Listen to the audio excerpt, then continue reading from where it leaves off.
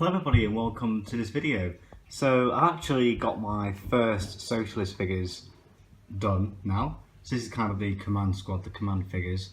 And I guess I'll just go straight into it. Also shout out to my new toaster because we're about to change up the kitchen. So you say goodbye to the black thing surface because that'll be going soon, that'll be oak. So yeah, RIP my iconic surface. So first of all we've got this elected officer, so he's there in his Sunday best grey suit with his field service cap, which is probably, I imagine it being in the unit, like they've got this one cap, whenever an officer gets elected they get handed the pistol and the cap, and if obviously they get de-elected, if they have a crap commander, you know, it goes back in the pot and gets given to the next one, and he's back into the ranks after that. So yeah, there we go. He's got his red tie as well and his red armband showing his allegiance. And because he's one of the lads, you know, he's carrying his rifle and he's probably trained in it after the First World War. So there we go. Quite happy that he turned out. I also went for a rural base because I know they're kind of urban militia. They're socialists after all. They're in the middle of the Leeds. But it's just kind of the table I play on is very urbanised. Sorry, very rural. So I had to fit it in with that. And I think it looks okay actually. I mean, I'm sure there's got to be a park in the middle of the Leeds, in the middle of 1930s Leeds somewhere. So we've got this sergeant for the next unit I'll be painting up. So again, he's got his red tie there and his red armband with his, I think it's a Bergman MP25. Could be wrong though. And I quite like this figure. He reminds me of Arthur from Peaky Blinders, so that's always good. He's also got his little red star on his Brody there. It's not going to focus, is it? There we go, little red star. Again, showing his allegiance when he wears that, but you know he's a lad. He's wearing his cap, similar to the working class. So again, we've got this LMG gunner with his DP28. So the kind of fluff of these guys, they're not Stalinist. I mean, I don't know how brushed up you are on your Marxist theory, but they're not supporters of Stalinist Russia. They're more kind of Rosa Luxemburg, if that means anything to you. So it's kind of a council of workers. So a selection of Soviets throughout Leeds, and they're all come together. So it's not a totalitarian kind of thing, it's a democratic thing amongst workers. So there he is in his boiler suit, probably straight out of a factory shift, and he's off to go fight Mosley. So there we go, I quite like him. Nice to get a bit of blue in there amongst the drab. So there we go, we've got this guy. Wow, that was a very bloody cockney way of saying go. What is it with my voice? So we've got this guy with his beer bottle, throwing his Molotov cocktail, his little lighter there. And I'm not too sure about his brown suit. I think it was a bit of a drab choice, but Futs accidentally actually sent 2 of these packs, so I can always repaint him. I've got have another one somewhere, but he'll make a good anti-tank unit. After all, the supplies are going to be quite low, and it's not the army, so they're not going to have too many anti-tank guns. Flawless cut there because someone decided to walk in. Anyway.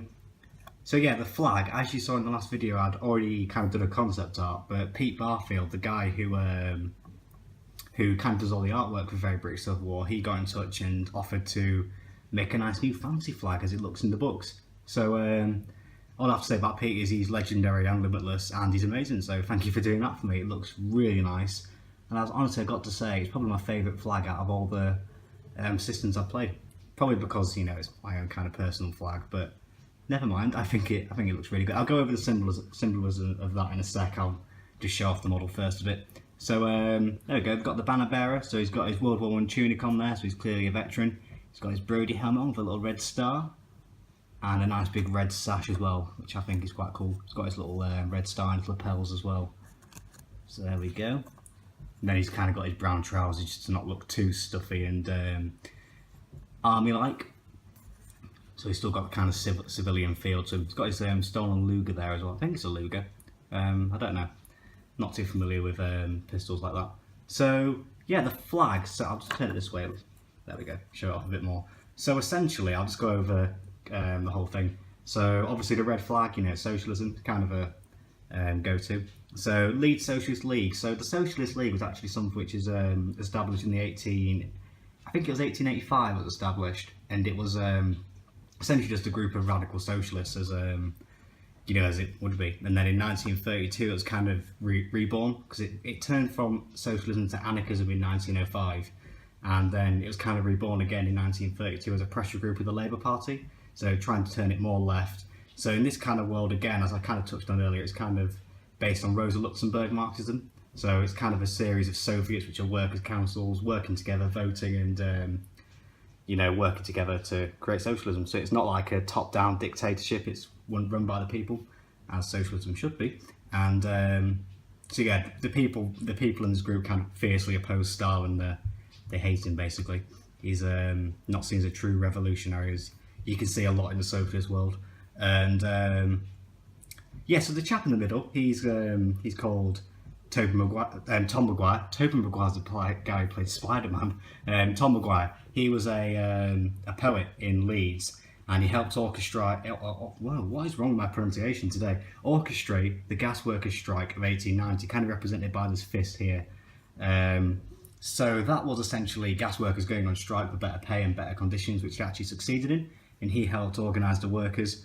And then in 1893, he was one of the founding members of the Independent Labour Party, but unfortunately he died of pneumonia in 1895, so he's not around in this time period. But the people kind of look back to him as a socialist hero in Leeds, and therefore they bear his image. So yep, so harking back to that revolution, we've got a new fist of 1938, so they see this as the true socialist revolution. They're going forward with it, and again the kind of generic slogan, strength by unity, again referencing how this group isn't just made of, say, factory workers or gas workers or steel workers or even miners. It's kind of a group of all of them, so it gives me a bit of scope to get multiple units. So I can already say I've got the sloppy jalopy miners pack, so once I've got through the next group of people, I'll move on to the miners and make that look all pretty. So hope you enjoyed it. I don't think I missed anything too major. If you want a kind of in-depth view of my army, do let me know and I'll make a nice fancy video when I've got it all done. I'm still kind of discovering Leeds. Well, not Leeds, I live there. Well, I used to live there. I was born there. I'm stupid today. Yeah, I was born there, and so I know it quite well.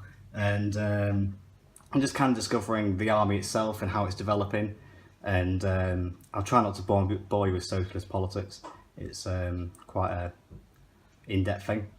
But yeah, anyway, I think that's everything I want to say. I'll catch you in the next one. Bye, guys.